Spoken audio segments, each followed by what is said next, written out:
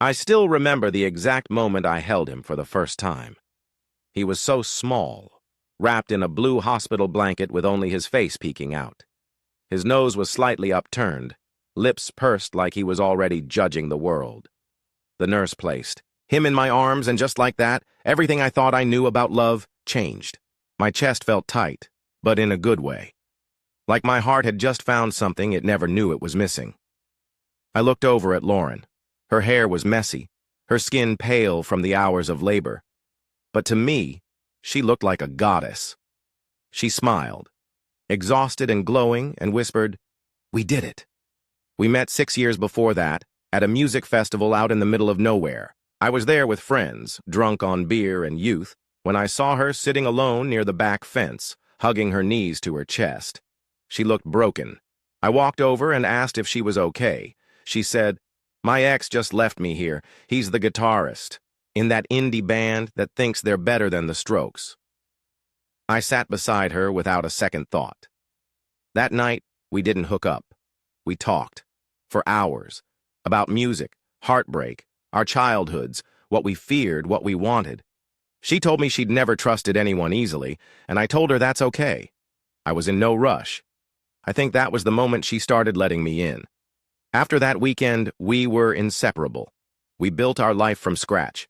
She worked at a local flower shop, and I was a technician for a home security company. We didn't have much, but every dollar saved felt like a brick in the future we were building. We got married in a small backyard ceremony. Cheap wine, a Bluetooth speaker, and 30 people who mattered. I remember thinking, this is it. This is happiness. The pregnancy wasn't planned. She came out of the bathroom one morning, clutching the test in one hand, the other over her mouth. Tears in her eyes. "I'm late," she said, then quickly added, "But I didn't think, Jason, I don't know how this happened." I hugged her, kissed her forehead. "We'll figure it out," I said. And we did. I picked up extra shifts. We moved into a tiny 2-bedroom apartment closer to my job. I built the crib myself, even though I had no clue what I was doing and cursed at every stripped screw. She'd sit nearby, legs tucked under her, reading baby name books out loud like it was our favorite bedtime story. When Zach was born, I thought my life had hit its peak. I was the first to hold him. I cut the cord. I stayed up every night while she healed, rocking him to sleep, whispering promises I wasn't even sure how to keep. "Whatever happens, I've got you," I'd say. "I'm your dad. Always." There's something strange that happens when you become a father. You start seeing the world in layers. Every action becomes a calculation. Is this safe? Is this smart? Can this hurt my family? I worked 2 jobs. During the day installing alarms, at night bartending at a place that reeked of regret. I was exhausted, always behind on sleep, but I didn't care. Zach's laugh when I came home was worth more than any paycheck. Then one day, when Zach was maybe 4 or 5, our neighbor Claire made an offhand comment while we were all outside for a neighborhood barbecue. She laughed, pointing at Zach as he ran through the yard with her son. "You sure you're the dad, Jason? That kid's got none of your features. Looks just like someone else." She laughed. I forced a smile. But something about the way Lauren flinched when she said it stuck with me. Later that night, I brought it up, half joking. "Hey, Claire said something weird today. Said Zach doesn't look like me. What do you think?" Lauren was brushing her teeth. She met my eyes in the mirror. "She's just being an S. Zach's got your eyes." But he didn't. He had deep brown eyes. Mine are green. His hair curled at the ends, thick and jet black. Mine's light and straight. I shrugged it off, mostly. But as the months passed, I'd catch myself looking a little closer, comparing baby photos. Watching the way he frowned when he was upset, something felt unfamiliar. But every time I had a doubt, Zach would crawl into my lap and say something like, "Daddy, you're my hero." And all my questions melted away. I kept telling myself, genes are weird. It doesn't mean anything. One night, after everyone had gone, to bed I found myself scrolling through old photos on my phone. There was one from the hospital, the first day. Me in scrubs, holding him, beaming like an idiot. I zoomed in on his face. I whispered to myself, "Doesn't look like me at all, huh?" I shook my head, forced a laugh, and said out loud, "Come on, Jason, Don't be stupid. That's your boy. End of story. I locked the phone and tossed it on the nightstand. But as I laid there staring at the ceiling, the photo burned into my mind, and that comment, so casually thrown out at the barbecue, whispered itself again in the dark. Sure you're the dad. Sometimes, when things finally start going right, you don't question it. You just breathe it in and hold it like it might disappear. About a year after Zach started kindergarten, I got promoted at work.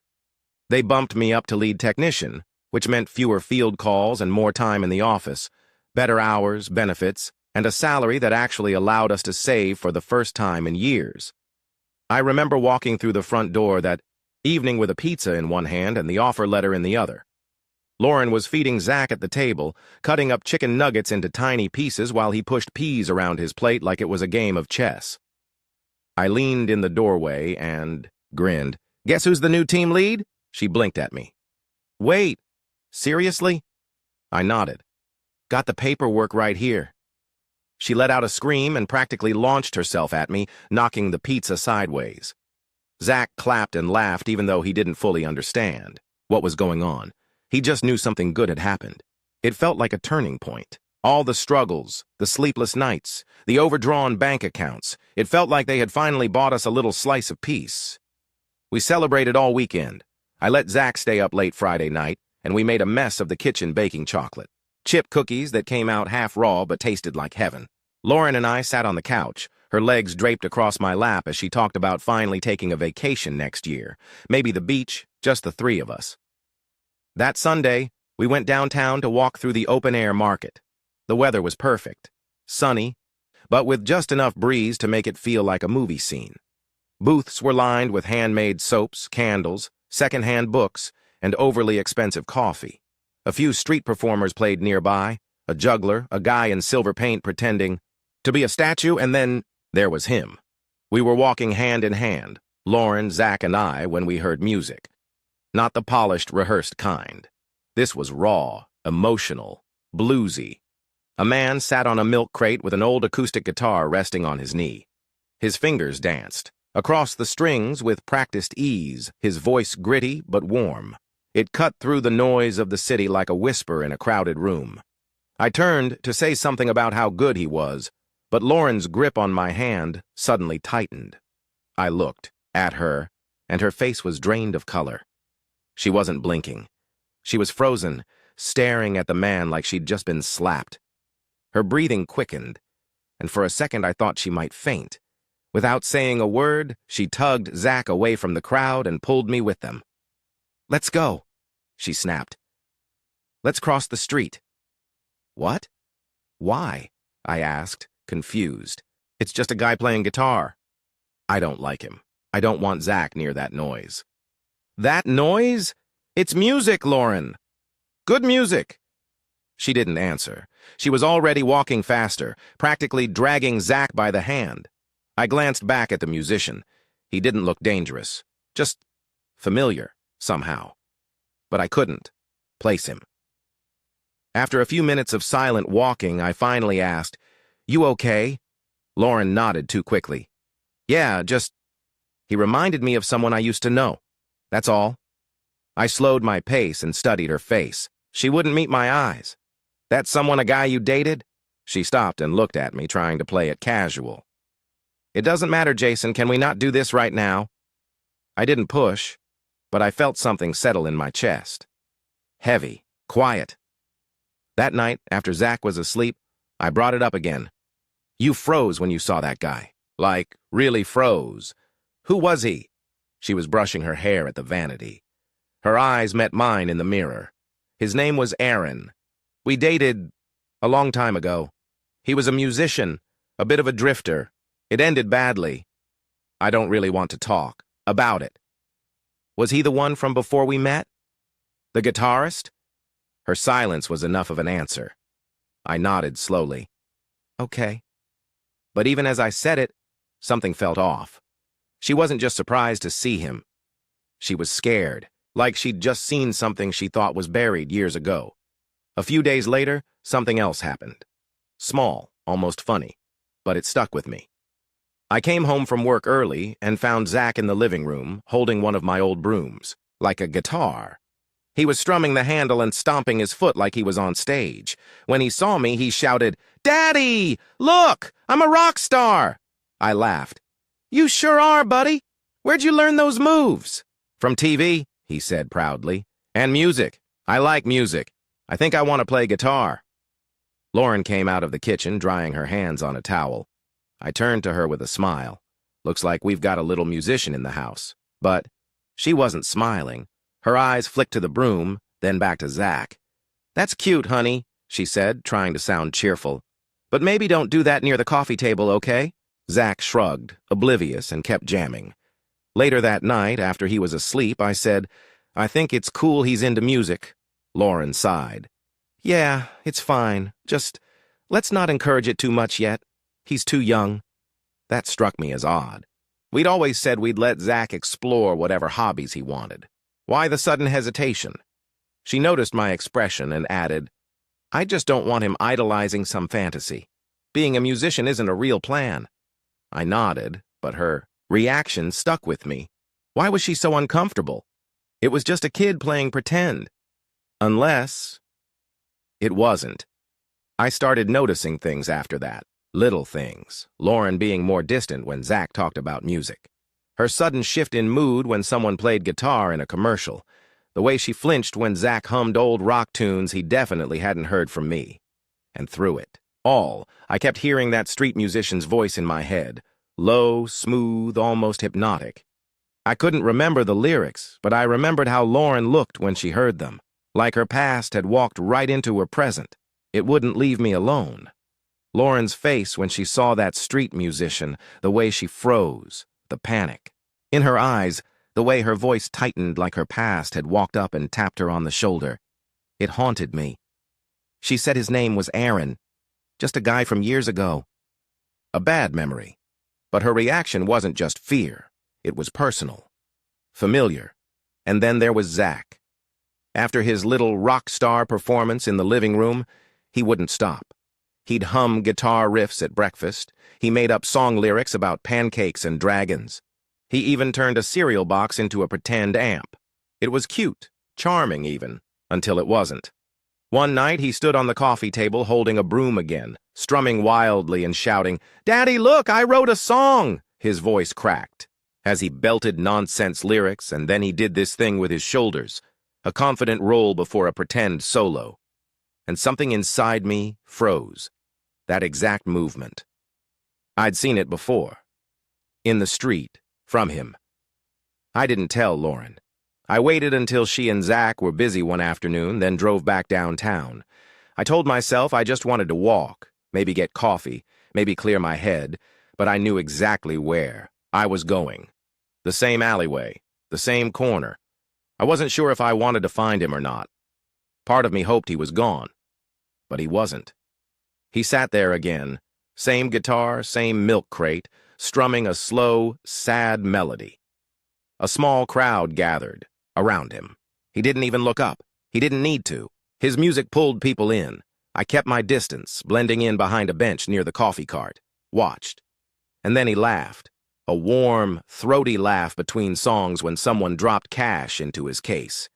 It was easygoing, confident. But it wasn't.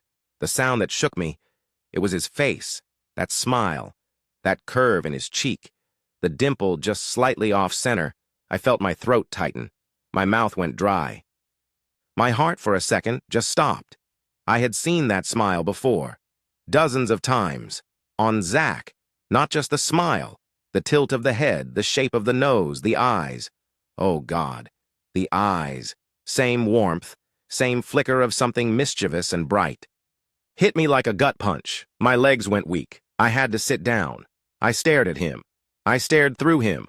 All this time, I'd been brushing off little things. Different eye color, comments from strangers, Lauren's flinches. But now the pieces snapped together like magnets, and it made too much sense. The timing, the panic, the guitar, the face. I got up and walked away in a daze. I don't even remember how I got back to the car. That night, I didn't sleep. I lay in bed next to Lauren, her back to me, breathing steady. I stared at the ceiling, listening to the silence press down on me. At 3 a.m., I got out of bed, walked into the kitchen, and sat at the table. I Googled at-home DNA paternity test. My hands were shaking. It felt wrong, like betrayal. But betrayal had already happened. I just didn't know when. 2 days later, the kit arrived in a plain white box. I took it inside the garage, hands trembling as I opened it, swabbed my own cheek. Then, when Zach came home from school, I asked him, gently, if we could play doctor and do a fun mouth test. He giggled and opened wide. He had no idea. He trusted me completely, and it made me feel like a monster. The wait was the worst part. Every day, I'd wake up hoping it would just disappear. That I'd realize I was being paranoid. That I'd open the envelope and feel like a fool. I wanted to be wrong. Desperately. Lauren noticed I was distant, quieter than usual. Everything. Okay? She asked one night. I forced a smile. Yeah, just tired. But I wasn't tired. I was unraveling. Then the envelope came, no return name. Just a printed address label. I held it for a full hour before I opened it. And when I did, probability of paternity, 0.00% zero. Not low. Not unlikely. 0. I couldn't breathe. The room spun. My fingers went numb. I read it again and again, hoping the letters would change. They didn't. My son wasn't my son. I don't know how long I sat there, maybe minutes, maybe hours. My mind felt like it had been hollowed out and filled with static. I thought about the first time I held him. His first fever, when I stayed up all night holding him in the bathroom with the shower running to help him breathe, his little fingers gripping. Mine, his bedtime stories, his laugh when I tickled him, and yet none of it, none of me, was in him. He had someone else's blood. I didn't scream. I didn't cry. Something inside me had already gone quiet, numb. That night, after Zach went to sleep, I walked into the kitchen and put the envelope on the table. Lauren was wiping down the counter. She glanced at it, then back at me. What's that? I didn't speak for a few seconds. Then I said, calmly, too calmly, I know Zach's not mine. She froze, like time stopped. Her body went rigid, eyes wide. Jason, I did the test, I said. There's no point lying. She opened her mouth, then closed it again. Her lips trembled. She pulled out a chair and sat down slowly, like her legs couldn't hold her anymore. I didn't want to hurt you, she whispered. But you did. My voice cracked. You let me love him like he was mine. You watched me fight for this family, and you knew. Tears welled in her eyes, welled in. It was one night. One stupid night. I thought it didn't mean anything. I looked at her. But it did, didn't it? It gave you a son. Just not mine. I was going to tell you, so many times. But you were so happy. And you're such a good father. I couldn't. She broke down, sobbing. But I didn't move. I didn't comfort her. I just stood there, staring at the woman I thought I knew. The life I thought was mine. Everything suddenly felt like a borrowed dream. Lauren didn't sleep that night. I could hear her crying in the hallway. I didn't stop her. I sat alone at the dining table, staring at the test result for the 100th time. The numbers never changed. Row percent, but it wasn't the numbers that hurt most. It was the silence, the betrayal, the questions that had no good answers, and the memories that suddenly didn't feel like they belonged to me anymore. The next morning, I told her we needed to talk. Just us. Zach had already left for school, so there were no distractions, no little voice to ease the tension. She sat across from me with puffy eyes and a trembling jaw. I need the truth, I said. All of it, not just what you think I can handle. She nodded slowly, then wiped her face and took a long breath. A few months after we got together, maybe a year in, Aaron found me. The name hit me like a punch to the ribs. He said he'd cleaned up, that he missed me, that seeing me at that festival had messed with his head and he realized what he'd lost. He begged me to meet him. Just to talk? Her hands were shaking. I could see how hard it was for her to continue, but I didn't say a word. I just listened. "I met him," she said. "Stupid, I know. I didn't tell you because I knew how it would sound. I didn't plan to see him more than once, but that night, it was like I was closing a door, saying goodbye. I didn't want to go back to him." "I swear, Jason," I clenched my jaw. The pain wasn't sharp. It was deep, slow, like freezing to death. "And Zach?" I asked. "Did you know?" She nodded, tears spilling again. I suspected, but I convinced myself. It wasn't possible. You were so happy. You were already calling him our baby before the test even confirmed the pregnancy. I didn't want to ruin that. I stood up and walked to the window. My hands were fists at my sides. "You took that choice away from me." "I know," she whispered. There was silence again. But this time, it wasn't empty. It was full of everything we couldn't say out loud. I thought about leaving. I thought about packing a bag, walking out the door, and starting over. But then I remembered Zach's voice in the living room laughing, his tiny arms wrapped around my neck. The first time he called me Daddy. The nights I sat by his bed during storms. The way he held my pinky finger with his whole hand when he was just a toddler, and I remembered something else. Blood doesn't make you a father. Love does. I turned back to Lauren. "I don't forgive you. Not yet. Maybe not for a long time. But Zach, he's still my son." Her lip quivered. "Jason, I'm not walking away from him. And I'm not ready to throw this family away either." She looked at me like she didn't believe it was real. Like she didn't think she deserved it. Maybe she didn't, but he did. The weeks that followed weren't easy. Trust doesn't return overnight. Some nights we didn't talk at all. Some mornings I couldn't look at her without remembering the betrayal. But in the middle of that pain was Zach. Always Zach. One afternoon I came home early and heard music coming from the living room. Real music. Zach was strumming a cheap kid's guitar. Off-key, sloppy, way too loud, but the focus on his face was pure magic. When he saw me, he lit up. "Dad, listen to this one. I made it up myself." I listened. Every wrong note, every awkward pause, and I clapped like it was a stadium show. That weekend, I enrolled him in a local music school. Lauren cried when we filled out the application. Started classes the following month. He'd come home with new chords, new ideas, new dreams. Our house started to fill with music. Real, imperfect, beautiful music. Lauren softened again. She smiled more. She cooked more. She listened to Zach's new songs like each one was a healing prayer.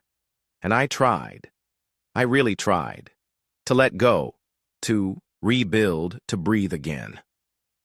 One night after Zach went to bed, Lauren sat next to me on the porch. She looked at me, her voice quiet. "Thank you. For staying." I didn't say anything right away. Then I looked at her and said, "I stayed for him. But I'm trying for us." She reached for my hand. And for the first time in months, I didn't pull away. They say family is built on truth, but sometimes it's built on choice. I chose to be his father. I chose to fight for our family. And I'll keep choosing them every single day because love, real love, doesn't walk away.